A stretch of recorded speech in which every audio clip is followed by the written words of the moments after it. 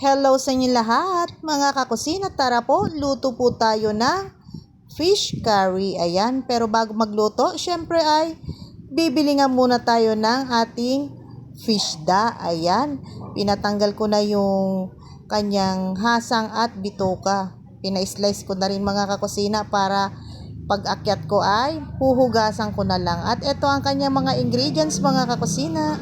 Bawang, sibuyas, luya, patatas, carrots, gata, at saka curry powder. Yung fish da ay na lagyan ko na ng asin at paminta. Ayan, hinugasan ko muna yan mga kakusina bago ko lagyan ng asin at paminta. And then nagpainit ako ng mantika para iprito naman na siya. Ayan mga kakusina. Babalik ta rin lang para hindi siya masunog. Ayan, habang nga nagluluto ako dito mga kakusina ay meron naman akong ibang ginagawa.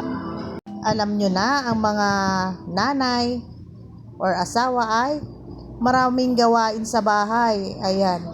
Kung ginagawa mo yung isa, pwede namang gawin mo pa yung isa. Go! Ayan, parang ganyan. Pag nagluluto ka at hindi mo pa naman iaahon or bibilingin, pwede kang magwalis, paglaba, or kung ano-ano, di ba mga kakasina? Patayo-tayo, palipat-lipat lang hanggang sa matapos mo yung iyong gawaing isa. Ayan mga kakusina, sa pinagprituhan ko nga pala ng fish da, doon ko na rin ipiprito itong carrots at patatas. Ayan, papapulahin ko lang yan mga kakusina. Para mamaya ay saglitang pagluluto na lang dahil niluto naman natin or prinito naman natin itong ating patatas at carrots. Ayan nga mga kakusina, pagkahango ko nga dyan ay bawasan lang ng kaunting mantika and then saka naman natin igigisa or maggigisa ng luya. Inuna ko yung luya mga kakusina ng igisa. Pagkalabas nga ng kanyang aroma ay sinunod ko naman na yung bawang at sibuyas. Ayan, igisa lang, halu-haluin lang and then pag okay na ay ilagay na yung curry powder. Ayan mga kakusina, linagay ko na rin yung curry powder.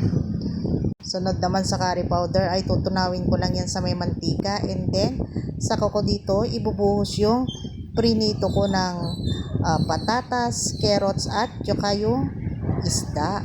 Then pagkatapos nyan ay pwede nang ilagay yung gata. Ayan, isang gata lang ang linagay ko dyan mga kakusina, isang pouch lang na gata. Sakto na yung isang pouch dahil ilang piraso lang naman yung aking nilutong fish da. Tsaka isang carrots at isang patatas. Ayan mga kakusina, linagay ko na yung gata and then maglalagay diyan ako ng kaunting asukal at tsaka ng pampalasa na magic. Ayan, kung naglalagay kayo ng mga pampalasa, kahit anong brand pwede mga kusina. Ayan, linagay ko na yung kanyang pampalasa or pampasarap. Nagdagdag ako dito ng tubig mga kusina dahil mas gusto naming mag-inaang masabaw. Ayan, sabaw ng curry. Ayan, grabe ang bango mga kakusina. Kung nandito lang kayo sa aking tabi, tsak na magugutom din kayo sa kanyang amoy. Amoy pa lang talagang mapapa-extra rice ka na sa sarap. Ayan, kaya pag nagluto kayo ng ganto, siguraduhin nyong marami kayong sasaingin para hindi kayo mabitin.